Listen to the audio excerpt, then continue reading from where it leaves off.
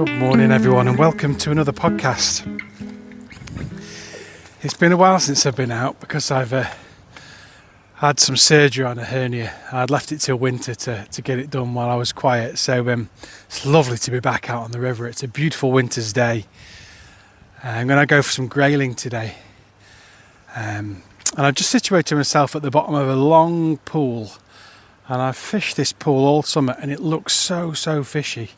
It must be a good 30 metres long, a nice bit of streamy water coming into the top, and I've fished it all summer without as much as a touch, and I'm just going to try it in winter because I'm just wondering, with it being a little deeper, whether it's going to be a holding spot for grayling during the winter. So I'm going to start fishing this up. I've got my 9'4" weight, about 10 or 11 feet of leader, and I've got a Sawyer's killer bug on as my fly choice. Keep it nice and simple in winter. There's not really any hatches. Everything's very stripped back. All the trees that are surrounding the river are all bare, and the fish are either going to be feeding or they're not. And something like a killer bug that represents a little shrimp tumbling down the river will do just fine. So I'm just going to position myself at the bottom of this pool. We've had a hard frost overnight. It was a -2, -3 overnight where I live, and I've left it until the warmest part of the day, so it's just about coming up to midday, so I'm going to give it an hour or two, and hopefully just that few degrees rise in temperature around midday will just trigger a few fish to feed. But I'm just intrigued to see if anything comes out this pool. Let's get some line off and give it a go.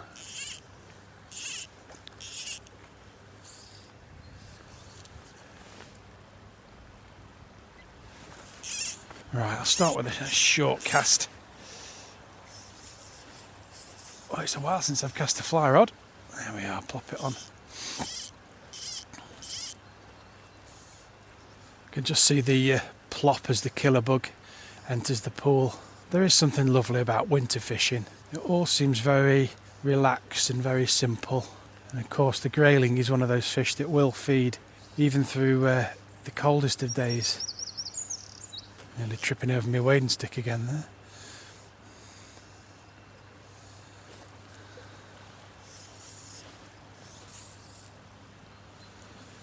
Everything's turning over nicely. There's a lot of the on the left bank here, what looks like iron ore that's is it called ochre, that's revealed itself. Probably we've had a bit of high water over the past month or two, and it's just moved a bit of earth, and it's just revealed a very notable distinct patch of orange. And the river's only about 20 or 30 feet wide in the widest bits, and about probably 15 feet here in the narrowest bits. I'm just watching the end of my fly line as it trundles down this pool, and I've been wondering to myself all summer why this pool hasn't held a fish. It looks absolutely cock on for trout and grayling. There must be something about it they don't like. And I've had a lovely season on the grayling this year. I've had some really good days. There seem to have been a lot of fish about this year. I've had a terrible season on the pike, and the usual type of season on the salmon, which is not catching much. Alright, let's move upstream a little further. Just trying not to send too many waves up this pool as I walk up. You can just see I'm creating a bit of a bow wave there.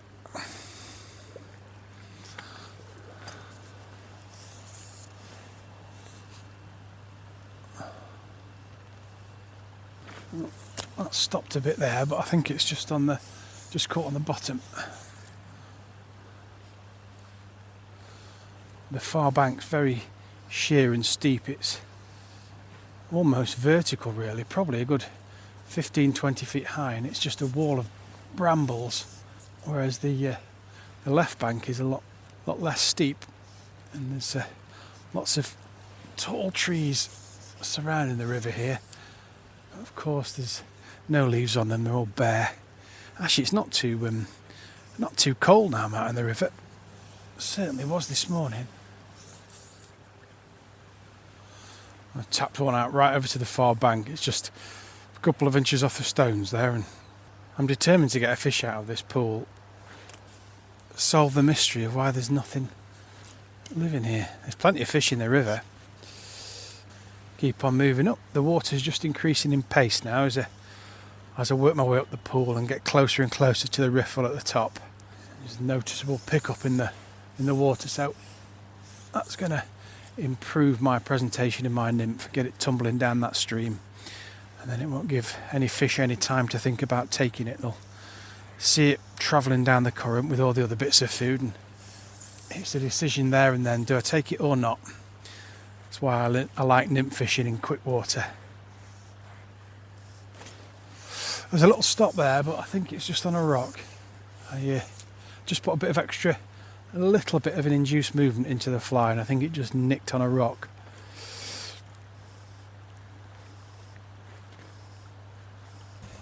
Such a simple fly, the killer bug. Just some turns of copper wire and some turns of wool over the top. It is absolutely deadly for grayling. And I've caught plenty of trout on it over the years as well, but as a grayling fly to fish in the style of an upstream nymph, I don't think really it can be beaten. And it's always funny how people have confidence in certain flies. So I've got supreme confidence in Sawyer's killer bug.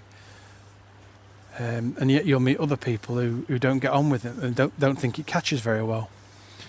And then they might use a fly that I don't really enjoy using or don't have confidence in. For instance, I've got a problem using hare's ears in still waters.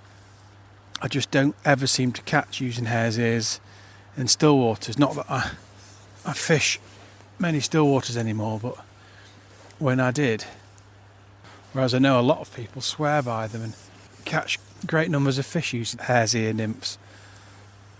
Just goes to show it's very subjective fly fishing. There's no right or wrong. But this pool seems to be eluding me yet again. I'm into the prime bit of the pool now, the bit where there's a bit of movement in the water, but the water's nice and deep, or relatively deep still. A nice little winter area for a grayling to lie, but I don't think they're going to play ball again. I wonder what it is about this pool. There must be something about it. I'm trying to picture myself as a fish, and my knowledge of this river and rivers in general, it's got absolutely everything. And further up or down the river, there's plenty of fish, so I just can't get my head around what it is. I mean, it's certainly big enough to accommodate plenty of fish, even if there was one or two very dominant ones in here that were chasing others away. It's a big old pool. Maybe it's something to do with this big deposit of ochre here that's just putting them off in terms of the water quality. I know grayling won't tolerate any deterioration in water quality. They only live in pure clean water and they don't like anything acidic. So that's a possibility, I guess, is that there's just this pool, just this as the water runs over the rocks, it's just depositing some of this ochre into the water, and it's just put the fish off. And then I guess further downstream, once it's diluted a bit, they don't mind it as much. But could be, I guess. Right, to sneak a cast under a tree branch now.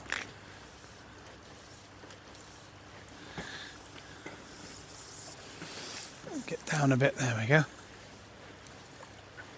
Bit of a stop there, but I'm fishing up in the riffle now, and I think it was probably just nicking on a rock as it came down. Now, well, it's defeated me again. I shall wind in and just move upstream a bit. Right, let's head upstream.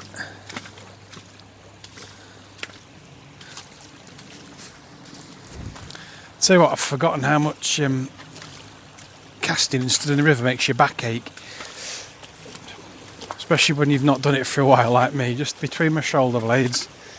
I've only been fishing 10 minutes, I can already feel it. Right, I'm just come up to this fast run now, and I'll work my way up fairly quickly and just cover the water. It's really hurtling down at a good old pace, so I'm going to keep the line fairly short, just keeping control of everything. In fact, I'm going to fish this in more of a style of an upstream spider, just one hand on the wading stick and one hand on the rod, and just keep tapping the nymph out.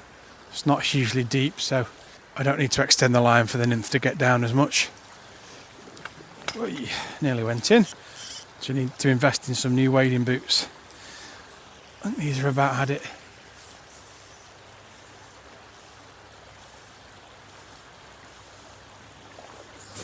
Let's check behind me before I put a new cast out. I'm notorious for getting in snags on my back cast on trees, especially when I'm recording a podcast and I'm thinking about other things, and I don't always forget to look behind me. It's really racing down now, this stream, and there's a few turbulent patches on the water. I can see where there's obviously rocks underwater that's churning up the foam a bit. Now, just going back to that pool behind me that might have been a knock. That pool behind me, I've tried every method you can fish. I've done an upstream nymph, I've check nymphed it, I fished it with a dry, I've swung streamers across it. You name it, as long as it's a accepted method of fly fishing, I've done it. And I've been doing it for the best part of 2 years now. Right, I'm just approaching the shallow riffle at the top of this very turbulent stretch, so a couple more casts in here and then we'll head on up to the next pool. Now the next pool, I don't think I've ever not caught on it, so that's going to be a bit of a litmus test, I think, about how today's going to go. If we don't catch in the next pool, then it could be that the fish are just tucked away and they're not on the feed. Alright, let's have a walk up. River level's not anything to speak about. It's pretty low, to be honest. Mind you, we've not had any significant rain for the past 2 weeks or so. Rocks are slippy though. It's one of them rivers that's got slimy round rocks and horrible to wade on. Right. It's a lovely little run, this. It's quite shallow, probably 25 feet across. And I'll just start at the tail of the pool. Check for trees. When you're prospecting like this, it's so important to cover every little inch of possible water, especially in winter when the fish they're not moving as energetically as they will do in spring and summer. So you've really got to put the fly right on the nose, so systematically working up almost like a grid. If you imagine the river in front of you as a grid, and you want to be making sure you run your fly down every square foot of that grid.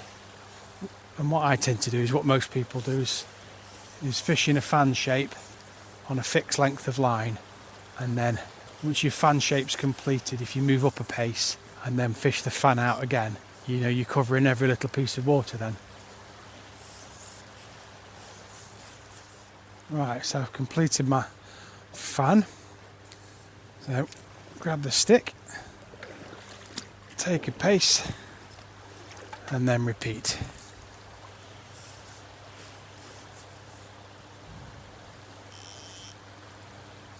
And my feet are cold, and the reason my feet are cold is because as I was putting all the gear in the back of the car, missed it. Might not have been a take. As I was putting all the gear in the back of the car to come fishing, my two dogs managed to get out of the house, and they ran and jumped into the back of the car thinking they were going for a walk, and one of them has pinched my pair of socks. Now, I've got a nice pair of thick winter socks, and Barney, the older lab, has pinched him. So I've just got my thin under socks on and my feet are cold. Right, I think I was getting a bit excited earlier. I don't think that was a take. It was a nice stop, but I think it was a rock. There is a rock in that particular line of current I was fishing. I think it's just nicked it. I think, as with all winter grayling fishing, you can get it lucky and you can get into a few fish, but when you come out in winter, just to catch anything, one fish is the result, especially when you're only having a short session. And I'm not going to be chopping and changing flies and tactics. I'm stick with the nymph and work my way up just for an hour. It's lovely to get out in the fresh air again. That's not a take. Right, another pace up river. It's only a 1.5 foot deep probably this run. But like I say, I've never ever not caught on this. There was a week I fished here, the back end of last trout season. It was probably the end of September time, and the trout were going absolutely crackers on here, really feeding hard and aggressively as well. And there's often find that through the late September. There's often a week where the trout go absolutely crackers, and I think they just feed in very hard. They can just feel the temperature dropping and the light level starting to decrease, and just sensing that things are about to change, and I think they feed very hard just to get some food in them before they start spawning, because they're not going to be feeding much when they spawn, and it really takes it out of them. That's my theory anyway. And you often find as well they can be quite aggressive and quite that was a little stop, quite toothy. I often end up using a bit of fluorocarbon on my leader at that time, because several times through that late period in September I've had I'm snagged up. I've had trout actually bite through the leader, and several times I've also had a small trout on at that time of year, and a bigger specimen come and attack it. So they do seem to be very active and aggressive. Now I'll try and get this snag off without disturbing the pool, because I'm going to have to wade into almost one of the best bits here. Well, now I'm here, I may as well stay here. I've had to wade out right into the heart of the pool. Yes, there we are. We are into the first grayling of this year. Only a little one. This pool's not let me down again.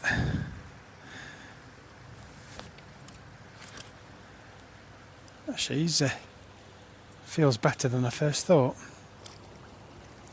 Oh, lovely little winter grayling. Let's take him to the side of the pool and unhook him and slip him back. He's half a pound, something like that. Put up a good scrap though. And as I've slipped him back, I can just feel how icy cold that really is, that river. Excellent. Well, you know what they say, where there's one grayling, there's normally more, so I can just about remember where I was. And I'll get out to him. It's quite a gentle take actually. At first I thought it didn't stop dead, it just slowed. It must have just took it and moved with it a bit. But then there's that unmistakable and reassuring thump in the rod, and you know it's a fish, and there's no feeling quite like it. Wonderful. I'm made up with that. If I don't see another fish for the rest of the day, I'll be a happy man. Right, that's where he was. Oh, and another take then.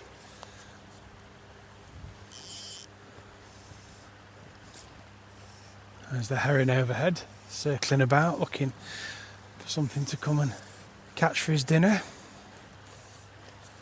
Just working my way upstream methodically still. I've probably got about 20 feet of fishing left before I get to the riffle, and everything's a bit too shallow.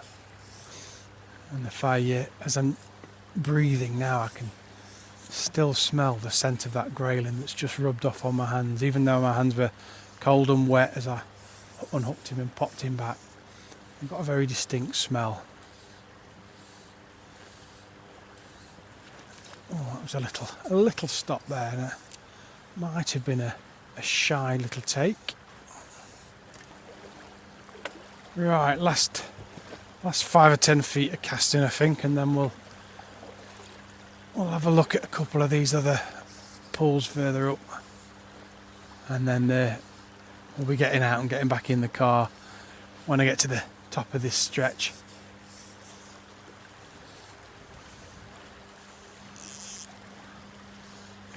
Oh, just the bottom of that. Let's try a few in this very fast stream here.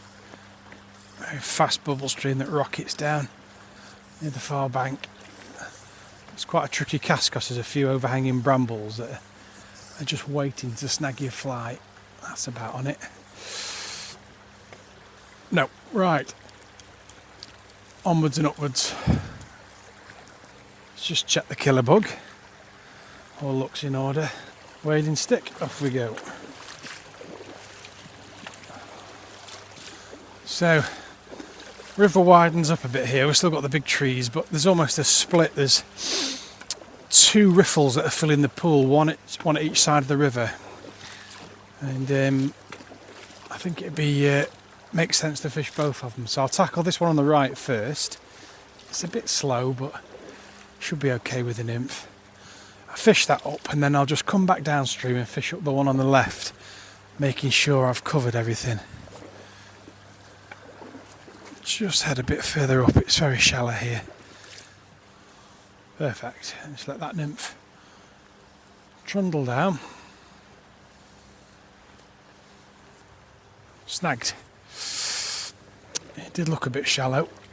I'll fish it with a shorter line, I think. Right, finally freed everything and straightened everything back out again. So I'm just going to tackle this with a short line. I'm snagged again. I think it's just a bit too shallow. Bit too shallow here.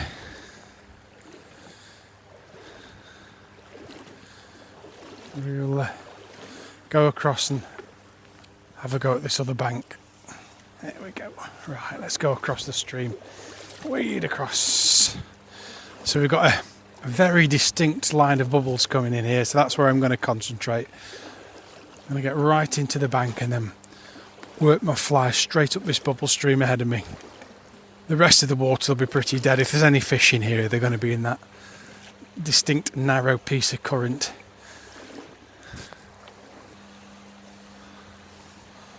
I lost a really nice fish here last year. I presume it was a big trout. Went upstream like a steam train, and pulled some line off the reel, which is unusual for the normal stamp of fish in this river. And then it just took me around a rock and snapped me. The one that got away. Right, I'll just fish the very top of the riffle, just in case. Bit of a reach cast just to change the angle so my fly runs down the riffle properly.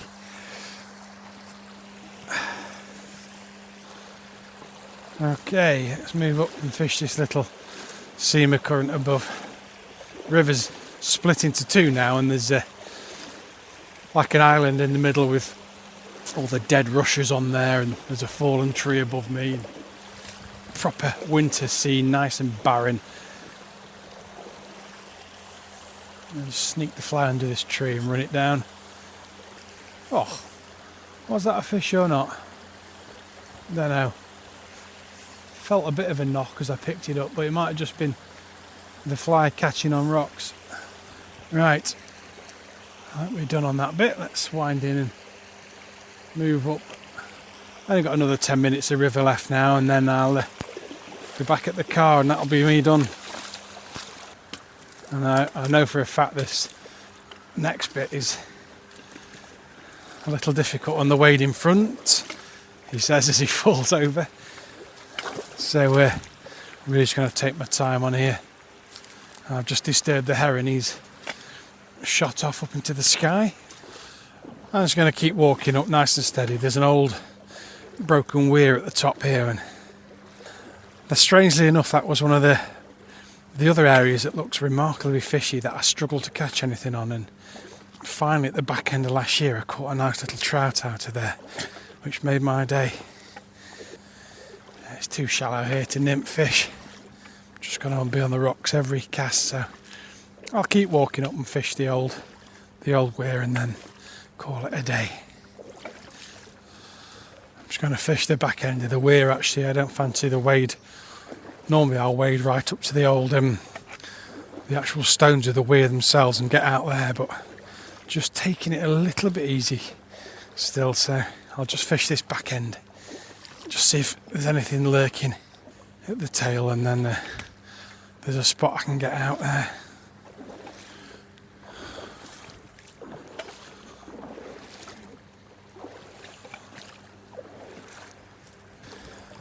Head on over to the bank and then I'll get some line out and fish from there, and then I know I can get out. It's quite slow here at the back of the pool, so I will put a little bit of movement in the nymph, just a tiny bit. Just when I feel it sinking and it's going to touch bottom, I'll just give the fly line a twitch just to lift the nymph a touch. I bet there's a few coarse fish in this point of river. It's deep and looks very fishy. I bet there's a few chub down there and God knows what else. A couple more casts I think and that's me out. Mind you, I've said that many times and been stood here half an hour later. Well, I think that's me done. It's been lovely to get back out on the river and it's a beautiful winter's day now. Thank you so much for listening. As ever, if you want more information about our fly fishing coaching, please visit us at www.peaksflyfishing.com, or for more information and to buy our premium range of flies, it's shop.peaksflyfishing.com. Until next time, tight lines and bye bye.